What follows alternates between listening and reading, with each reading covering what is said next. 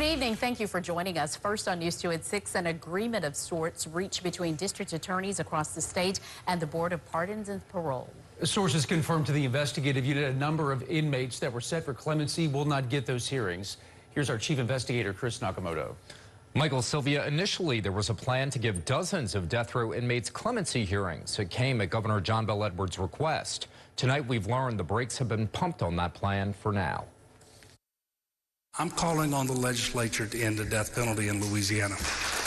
In the 2-month-long standoff between the governor, the pardon board that he appointed, and district attorneys from around the state, every district attorney that I have talked to that has a case is preparing to defend against this attack. It appears a deal of sorts has been reached. It follows months of legal wrangling and back and forth between the District Attorneys Association and victims, pleading for the members to halt the plan that would give some of the state's most hardened criminals a chance to get off death row. And it shouldn't be about this. It should be about doing the right thing. And the right thing is, making sure those guys don't have one opportunity to ever get out, but they should not be alive. Former NFL star Warwick Dunn, whose mother, a Baton Rouge police officer, was murdered in an ambush in 1993. No, there's two of them in there. Listen to me. They shot or what? Yeah, they're shot. Joined district attorneys from around the state last month as they pleaded for the process to slow down. It is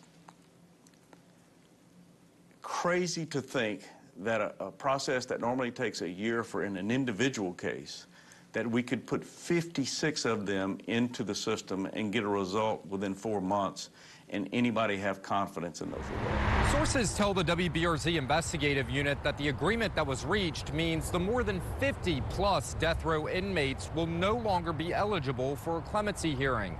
Instead, our sources are saying only about 5 of those inmates will get one.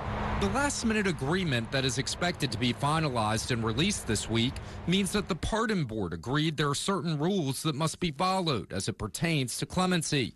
District attorneys around the state argued many of the convicted killers were ineligible because they did not have a death date scheduled yet. Why wait to the last couple of months of your term and then have everything rushed all of a sudden, and then ask for the investigations to be expedited, and then put this at the footsteps of this poor parole board?